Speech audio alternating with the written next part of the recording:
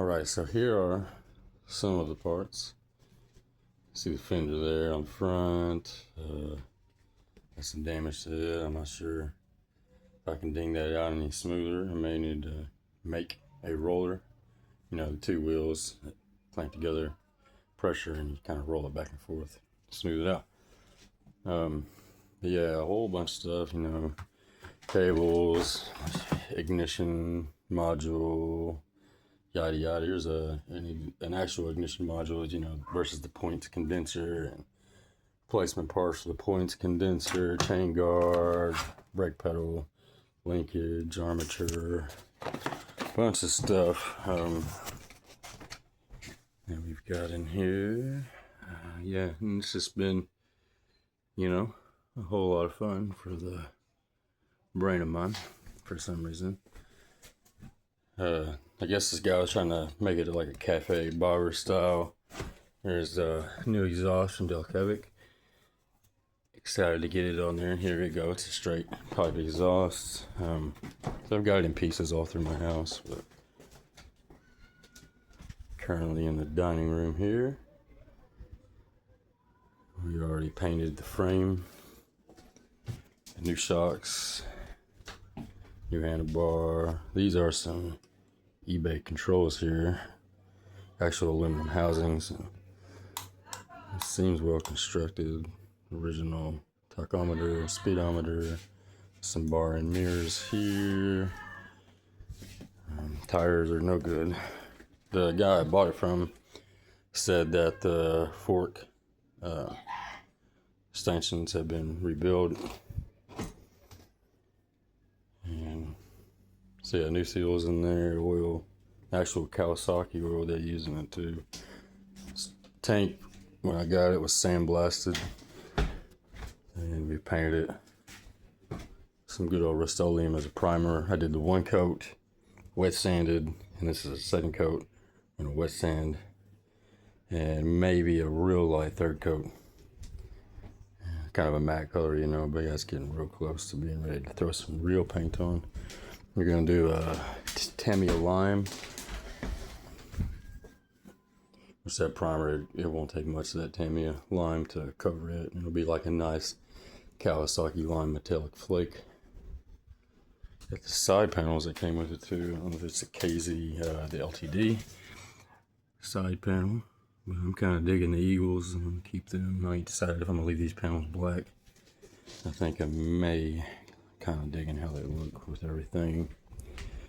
May paint them the lime green too. I don't know. We'll see. I'm going to have to make a custom seat also. And you can see your boy chop the ass off trying to make it a bobber. But, you know, no room for the love of my life on the back of there that way. So we're going to take some tubing and bring it back to about, you know, 6 inches out. And we're gonna bring it up, bend it, make a sissy bar in it, so she can have a backrest on there, something to hold on to. And so yeah, I've got to get that made. I don't know, there's a lot of Amish around here running machine shops and stuff, weld shops and stuff. Would probably be my best bet because I don't have a tubing bender, and you know, or a parts brake. Anything that would be capable of bending 1-inch tubing. So there's a frame, tank, living room parts, and excuse my laundry room. It is a mess, but I was trying to get the engine timed and discovered that the timing chain was stretched. Couldn't get the bottom end to line up with the top end, so Mama Cow mandate said this be taken all the way down. Split the case open all the way down to the main crank. So that's what we were doing. And some of these main bearings look kind of iffy to me. That chromium lining is gone, you can see in there. So, you know, especially, you know, there's kind of a gash in here.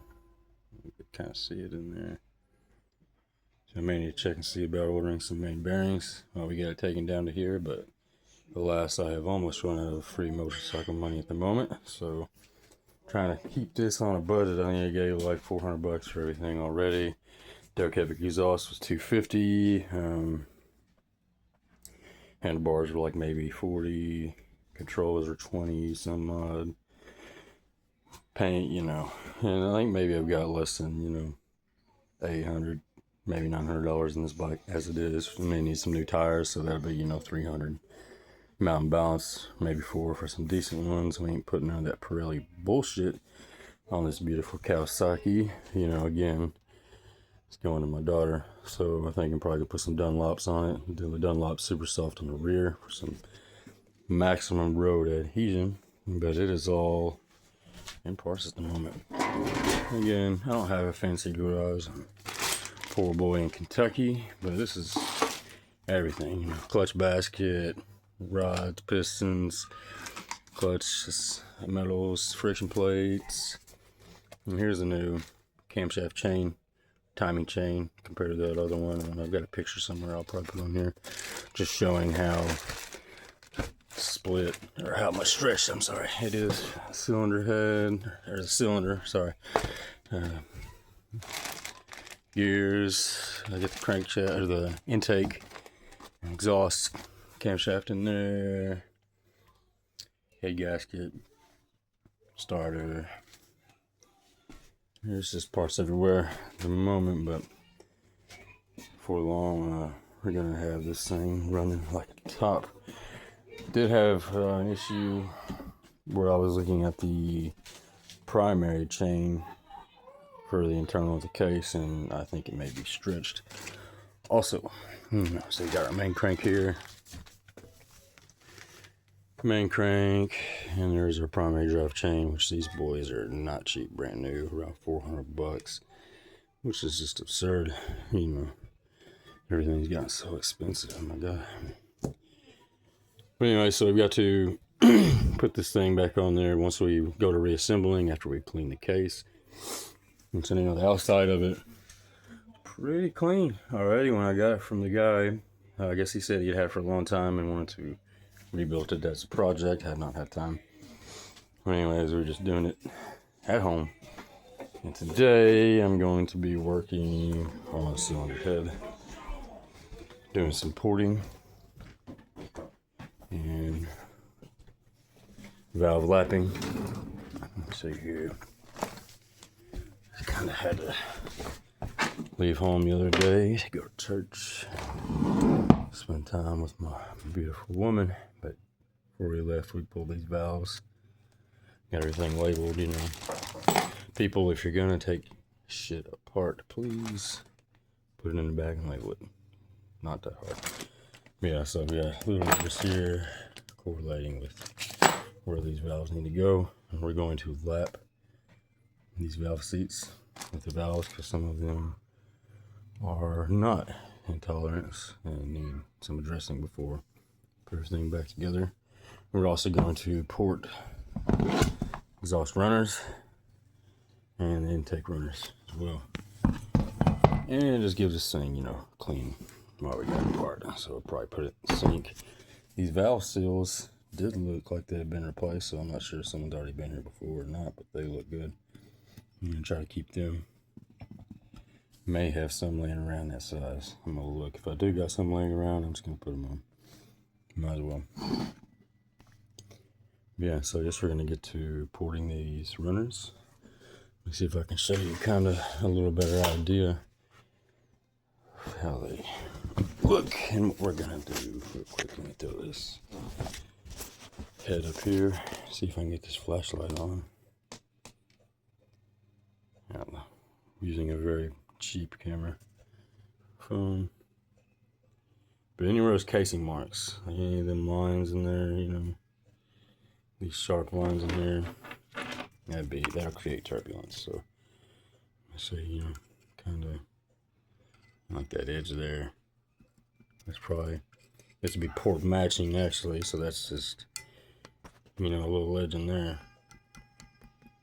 where this carburetor mount latches on there, so we'll probably need to port match that. Actually, we're gonna have to take some of that material off, make sure it's a smooth transition. But that, you see that casting mark in there, that boy gonna be taken off. Anything that's not real smooth, you know, if you look down in there better, you can kind of see along that edge, all that needs to be taken off.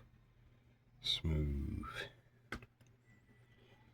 A lot of people don't really care to take the time to do this kind of stuff, but it does make a big difference, believe it or not.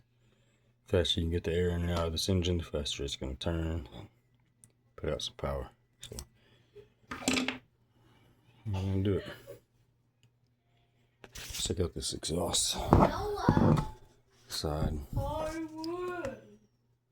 It's kind of not as bad as the intake. A lot of this may just be carbon buildup, but I'm going to go through. Check it out. Youngins are home today.